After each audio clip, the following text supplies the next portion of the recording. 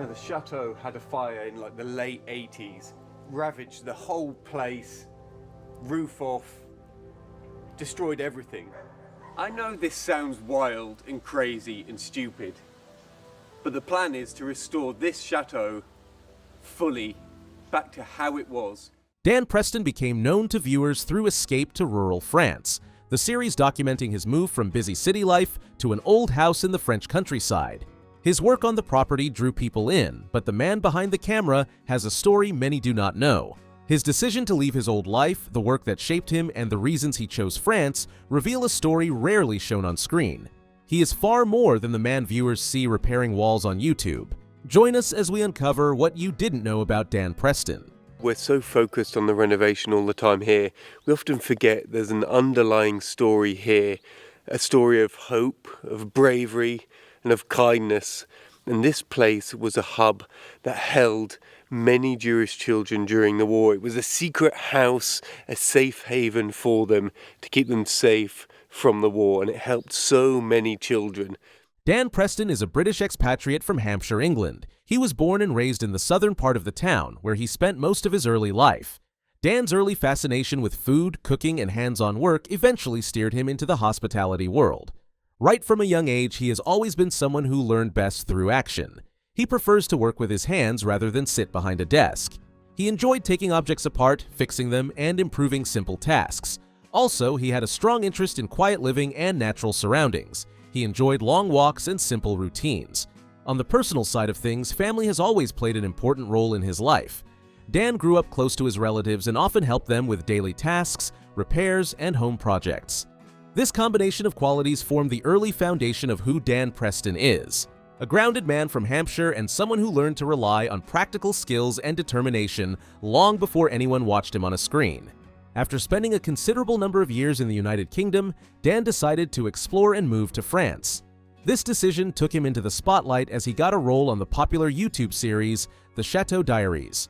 When viewers first met Dan on the show, he came across as the calm and capable man who handled the heavy work around the grounds of Château de Lalande. He was one of the familiar faces who appeared in many episodes, often arriving with his tools in the back of his van, ready to clear, repair, cut, or move whatever needed attention. Over time, people began seeing him as one of the main stars of the place, someone who helped keep the outdoor areas under control while the chateau grew busier with guests, filming, and daily activity. Dan's role started simply. He helped with gardening work and taking care of any job that required strength. One week, he would be mowing the long grass. Another week, he would be clearing fallen branches and trimming trees.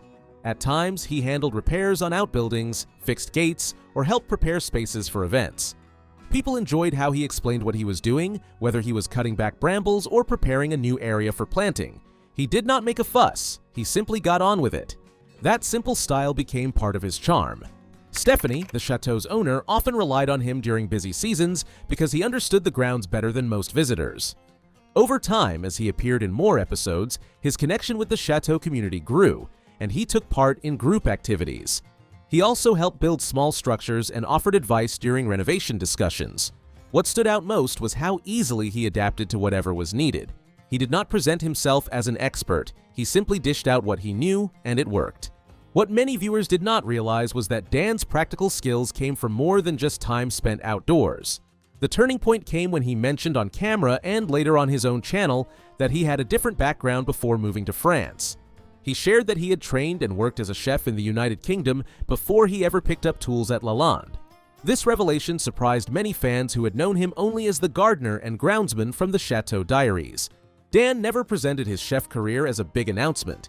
It came up naturally as part of conversations, and viewers began to understand him in a new light. His calm attitude and attention to detail now made sense. Kitchens require discipline and the ability to handle stress. Those habits followed him into his outdoor work. Although Dan did not often go into detailed stories about his time as a chef, he confirmed that he had trained professionally, worked long shifts, and learned the pressures of service. He developed a sense of timing that later showed in his gardening work. The same focus he used in kitchens helped him shape tidy garden beds, organize workdays, and keep track of tasks at the chateau. Viewers who followed him closely also noticed that whenever he helped with cooking during chateau gatherings, he did it with ease. He chopped quickly, prepared ingredients without hesitation, and understood how to put a meal together even when there were many guests around. As his popularity grew through the Chateau Diaries, Dan began filming more of his own projects. His channel, Escape to Rural France, revealed a different side of him, capturing his life beyond Lalande, his own renovations, and his path through rural living. Even on his YouTube channel, viewers could spot the influence of his old chef discipline. He maintained long workdays, planned his tasks carefully, and tackled complicated problems step by step. As time passed, Dan continued shaping his own path. No doubt his experience at the chateau helped him grow further, but the foundation of his work ethic, which viewers saw in every episode, came from his culinary training. The pressure, the discipline, the long hours, and the need to stay calm under stress shaped him long before YouTube. Fans who watched him on both channels said that this background explained why he rarely complained, no matter how difficult the outdoor work became. It also explains why he could handle sudden changes. His past as a chef was not just a detail. It was a missing piece of the story that helped fans understand the man behind the camera. While Dan was still working at the Chateau Diaries, not many know he had a partner, Annalise, and children who often appeared in his early videos. Together, they lived in a farmhouse, spent their days working on home projects, and tried to build a quiet life in the countryside. To viewers, it looked all loving and sweet. However, Dan and Annalise were struggling in the marriage behind the scenes. For years, Dan balanced work at Chateau de Lalande with projects at home. He filmed long hours for the Chateau Diaries, worked on renovation tasks, and spent evenings editing videos for his own channel. As his online presence grew, his routine changed. He was no longer a man fixing kitchens and trimming gardens in the background. He was becoming a full-time content creator with ideas to chase and an audience that expected daily updates. The pace increased every month. His world became busier than the one he had when he first arrived in France. This change placed pressure on his personal life. The more his online presence grew, the more he was away. Viewers noticed it long before Dan and his partner ever addressed it. He appeared less often at home and more often at Lalande or in the woods, filming alone. People wondered where Annalise was, but neither of them offered any public explanation at the time. The separation was confirmed around 2021. According to fans, Dan moved out of their farmhouse and into a nearby Airbnb, while Annalise remained in the home with their children to keep their routine stable.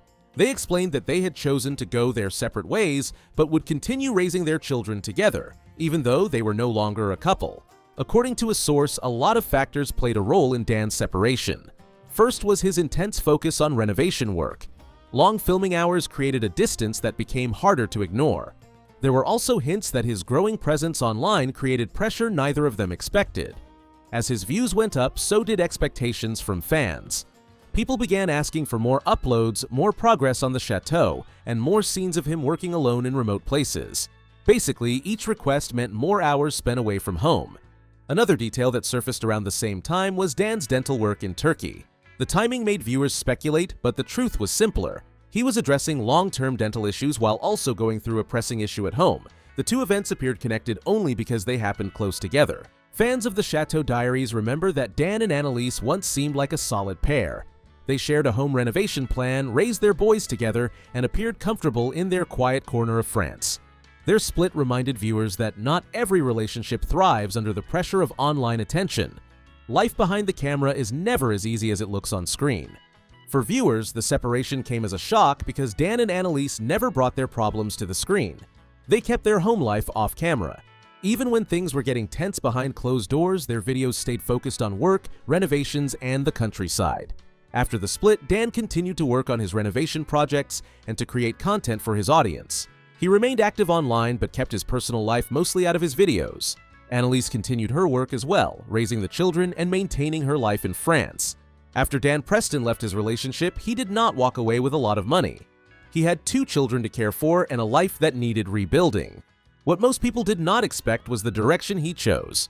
Instead of renting a home or searching for a new job, Dan put everything he had into a ruined chateau in the French countryside.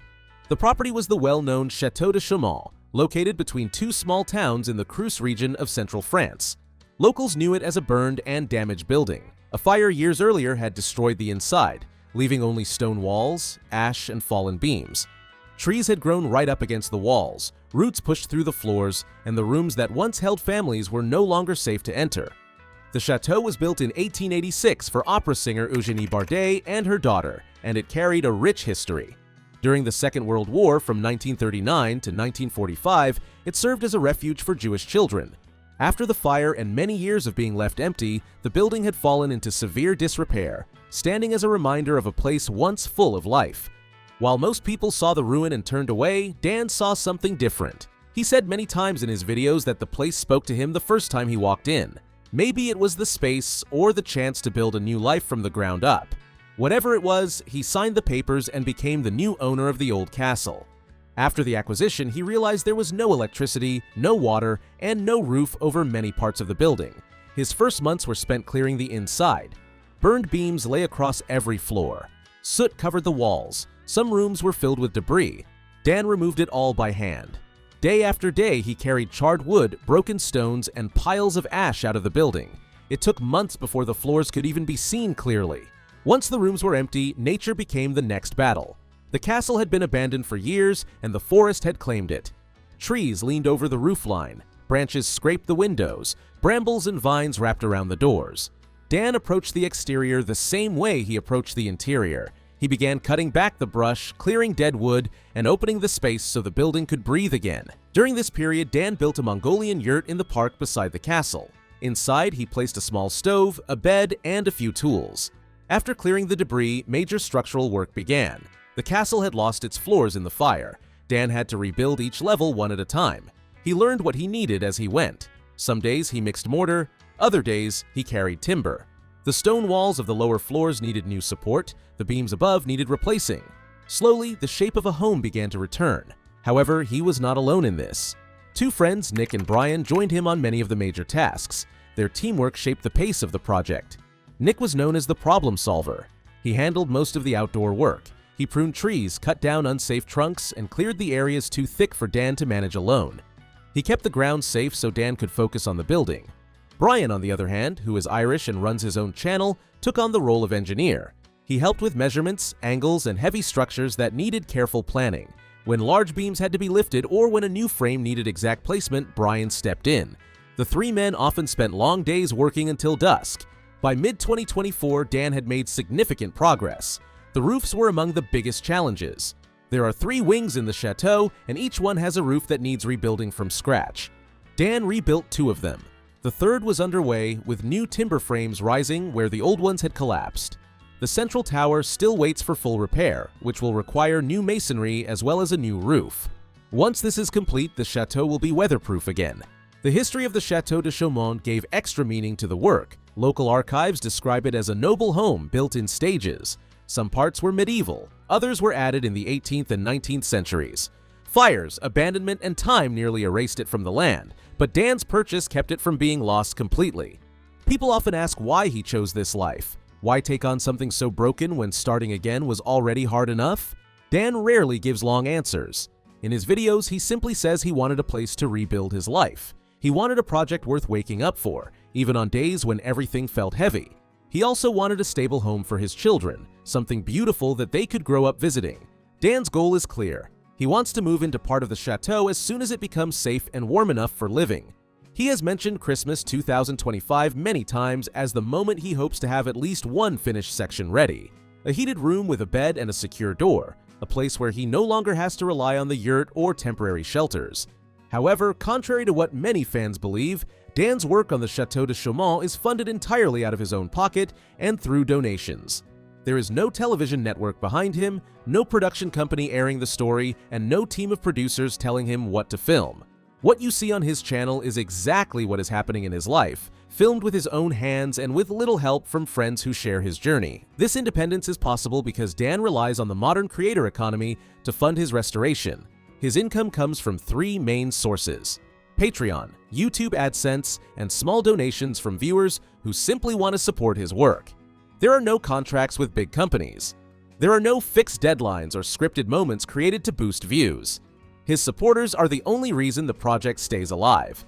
Patreon has become one of his strongest support sources. Supporters there contribute monthly, giving Dan a stable amount he can count on each month.